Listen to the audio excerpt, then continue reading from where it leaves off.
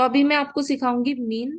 Mean को ऐसे भी लिखा जाता है ई ऑफ एक्स, और मीन को एक और चीज बोली जाती है which is called expected value of x. Expected value of x, इसको कैसे निकाला जाता है क्वेश्चन नंबर 10 आपको समझाती हूँ। क्वेश्चन नंबर 10 में आपको बोला है find the mean number of heads, find the mean number of heads in 3 tosses of a coin. 3 tosses of a coin होगा तो आप सैंपल स्पेस को डिफाइन करोगे H H H, H H T, H T H, T H H, T T H, T H T, H T T and T T T. ये आपका sample space हो गया। आप x को लिखोगे, that x denotes the number of heads. तो x की value हो जाएगी 0, 1, 2, 3। अब हम क्या करेंगे, हम टेबल बनाएंगे और टेबल पे हम इन सब की प्रोबेबिलिटीज लिखेंगे। इतना तो हम करते ही हैं जब हम प्रोबेबिलिटी डिस्ट्रीब्यूशन बनाते हैं, तो ये तो हमें करना ही है मीन के लिए। 0, 1, 2, 3। 0 मतलब एक भी हेड नहीं है तो टी टी टी 1/4। 1 मतलब एक हेड है तो एक हेड पे हमारे 1, 2, 3 तीन केसेस हैं, 3/4। 2 मतलब 2 हेड्स हैं, अगेन 3 केसेस। जो 1/8 नहीं आएगा, 3/8। सॉरी 8 आएगा, सॉरी 8 आएगा। और 3 पे मतलब 3 हेड है तो दिस इज 1/8। ये हमारी प्रोबेबिलिटी डिस्ट्रीब्यूशन टेबल हो गई। अब हम क्या करेंगे, मीन निकालने के लिए हम एक और रो ऐड करेंगे, and that row is x into P of X. जिसमें हम क्या करेंगे, हमारी ये जो दोनों रोज निकली हम इनको मल्टीप्लाई कर देंगे। 0 into 1/8 0, 1 into 3/8 3/8, this will give me 6/8 and this will give me 3/8। Now what my mean is, expected value of x is summation x P of x. मतलब जो लास्ट रो आपकी निकली है आप इस पूरी रो को ऐड कर दोगे। तो 3 + 6 9, 9 + 3 12, 12/8। अब इसको हम 4 के टेबल से कट कर देंगे, this is going to give me 3/2 and this is my mean or the expected value of x. ठीक है, क्वेश्चन 11 में बोला two dice are thrown simultaneously, x denotes the number of sixes. तो 2 dice are thrown, तो हमारा जो total number of sample points है वो 36 हो जाएगा। X denotes the number of sixes, तो एक्स की वैल्यू हो जाएगी 0, 1 एंड 2। 0 मतलब एक भी डाइस पे 6 नहीं आया, 1 का मतलब एक डाइस पे, और 2 का मतलब दोनों डाइस पे 6 आया। आपको एक्सपेक्टेशन ऑफ एक्स निकालना है, मीन्स आपको मीन निकालना है। एक्स इक्वल टू 0 मतलब एक भी डाइस पे 6 नहीं आया, तो 1 1 से लेके 1 5 तक, 2 1 से लेके 2 5 तक, उसके बाद ये जाएगा 5 1 से लेके 5 5 तक, तो ये टोटल हो जाएंगे 25 केसेस। तो इसकी प्रोबेबिलिटी होगी 25/36। सेकेंड हम लेंगे x इक्वल टू 1, मतलब एक डाइस पे 6 आया तो एक 1 6 हो जाएगा, 2 6 हो जाएगा, ये सो ऑन जाएगा 5 6 तक, और उसके बाद 6 वाली पूरी लाइन आ जाएगी। तो ये 6 + 6 ये टोटल होंगे 12 केसेस, तो ये हो जाएगा 12/36। एक सेकेंड, 1 6 2 6 3 6 4 6 5 6, 10/36। हाँ 10/36 होगा ये। सो दिस विल बी 10/36, और 6 6 काउंट नहीं होगा, ये जाएगा 6 5 तक, क्योंकि हमें एक ही डाइस पे 6 चाहिए। तो टोटल 10 केसेस हो गए 10/36। x इक्वल टू 2 का मतलब दो डाइस पे आया, तो only one case will be considered 6 6, और इसकी प्रोबेबिलिटी 1/36। अब आप टेबल बना लोगे इसका, और फिर मल्टीप्लाई करके you will find out mean. तो अब हम टेबल बनाएंगे। My mean is 1/3. Let me check. X p of x 0, 1, 2. So this is 25/36. This is 10/36. And this is 1/36. Multiply करेंगे तो 0, 10/36. ये 2/36. Add करके आंसर आएगा 12/36, which is 1/3. So this is your mean. इसके बाद क्वेश्चन नंबर 12।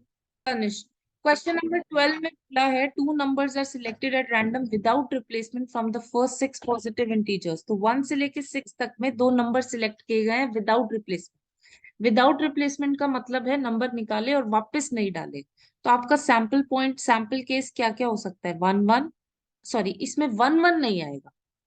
1 1 इसमें इसलिए नहीं आएगा क्योंकि इसमें विद रिप्लेसमेंट, जो विदाउट रिप्लेसमेंट है, इसका मतलब 1 निकाला तो 1 वापस नहीं डाला, तो 1 2 से लेके 1 6 तक सारे केसेस आएंगे। उसके बाद 2 1 आएगा, 2 2 नहीं आएगा।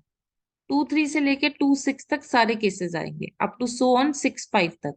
तो देखा जाए तो हमें, अगर हमारे पास n = 36 होता है, हमें कौन से केसेस एक्सक्लूड करने हैं जिसमें डबलेट आता है, तो हमारे total number of sample points इसमें 30 आ जाएंगे। x denotes the larger of the two. x की वैल्यू कभी 1 तो हो नहीं सकती क्योंकि 1 सबसे छोटा है, तो x की वैल्यू 2 3 4 5 और 6 होगी। x = 2 का मतलब है कि दो नंबर्स में 2 बड़ा है, तो इसके लिए कौन कौन से केसेस आ जाएंगे, 1 2 एंड 2 1।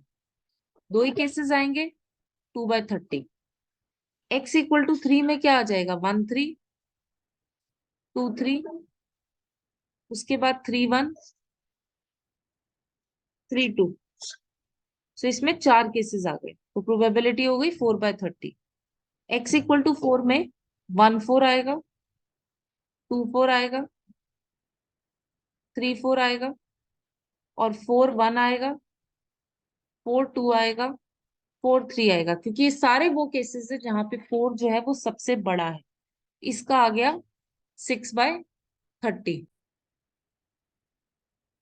x = 5 के केस में होगा 1 5 2 5 3 5 4 5, और उसके बाद 5 1 से लेके 5 4 तक, तो ये टोटली 8 केसेस हो गए। सो इसकी प्रोबेबिलिटी हो जाएगी 8/30।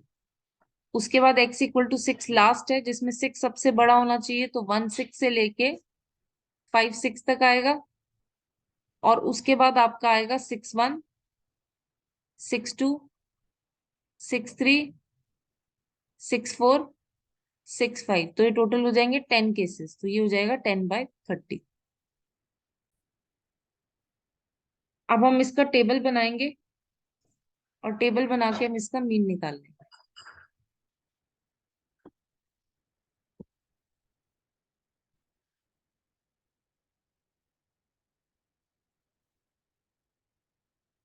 ये लिया x, ये लिया p(x), x की वैल्यू 2 3 4 5 6।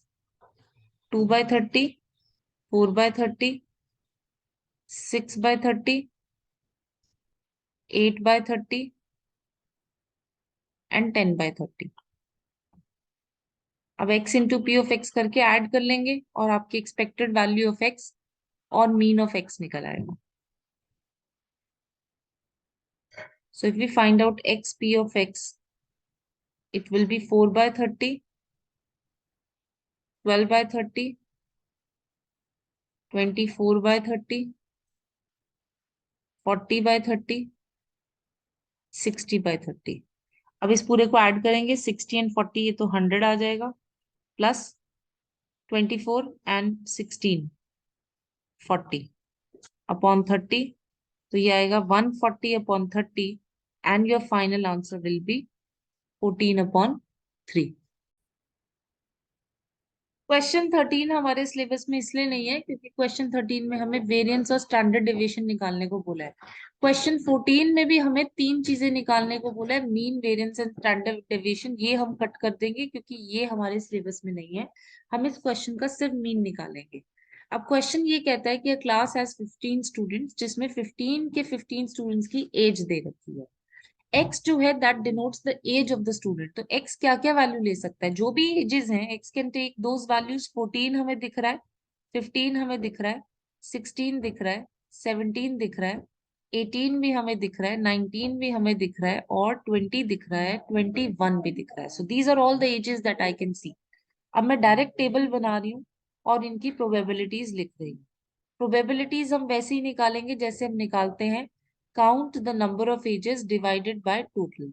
अब 14 को देखें तो 14 काउंट करो कितने हैं, 1, स्ट्राइक ऑफ कर देते हैं 1 एंड 2, सो देर आर 2 14, तो इसकी प्रोबेबिलिटी 2 अपॉन टोटल कितने स्टूडेंट्स हैं, 15। अगर हम 15 देखें तो काउंट करो कितने स्टूडेंट्स की एज 15 है, 1, दैट्स इट, तो इट इज 1/15। अगर हम 16 देखें तो कितने स्टूडेंट्स की एज 16 है, 1 2, दैट्स इट, तो इट विल बी 2/15. ऐसे you have to complete this table.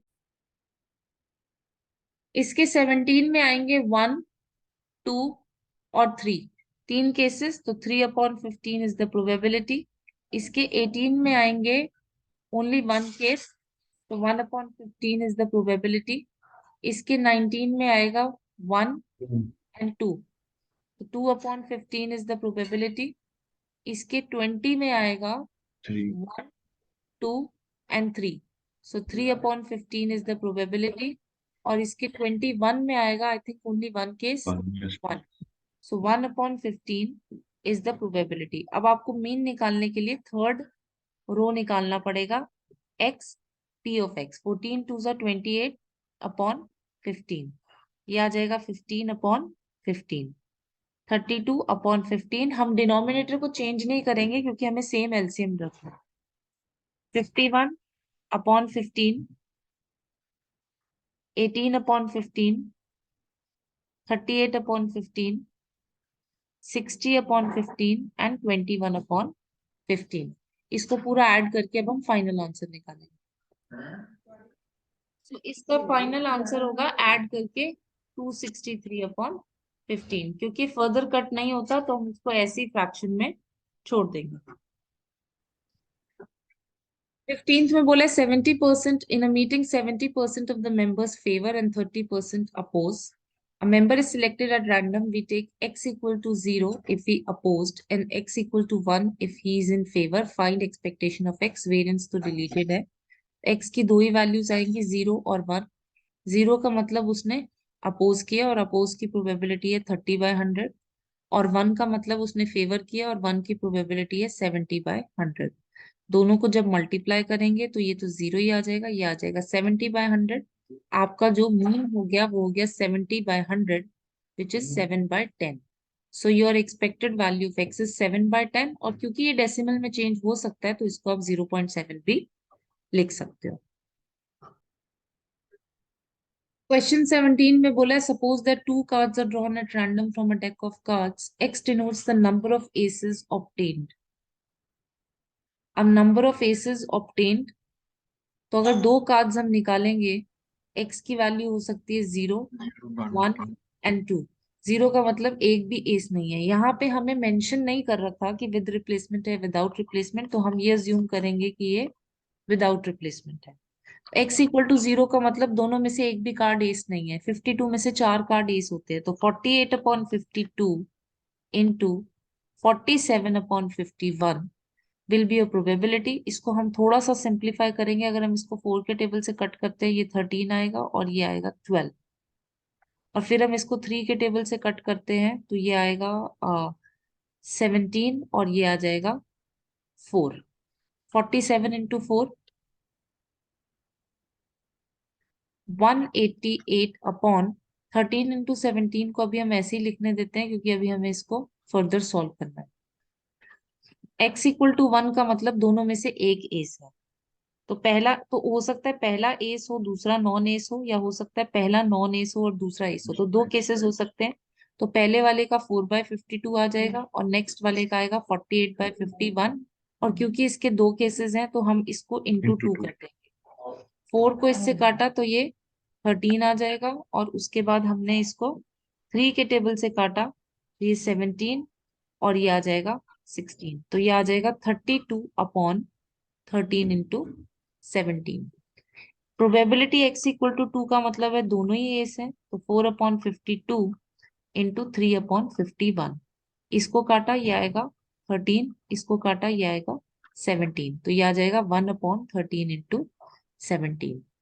अब हम नेक्स्ट रो इसका बनाएंगे x into P of x का. तो पहला तो वैसे ही 0 ऑटोमेटिकली 0 बन जाएगा क्योंकि 0 से मल्टीप्लाई हो रहा है. 13 इंटू 17 अभी हम बाद में कैलकुलेट करेंगे, देखेंगे क्या पता ऐड करने के बाद कट ही रहा हो. तो 0 आ जाएगा, ये आएगा 32/13 इंटू 17 और ये आ जाएगा 2/13 इंटू 17. अगर हम डिनोमिनेटर को सेम रखें 13 इंटू 17, 32 + 2 हमें देगा 34. 17 2 ज़ा 34 और हमारा आंसर आएगा 2/13 which is option number D, 2/13.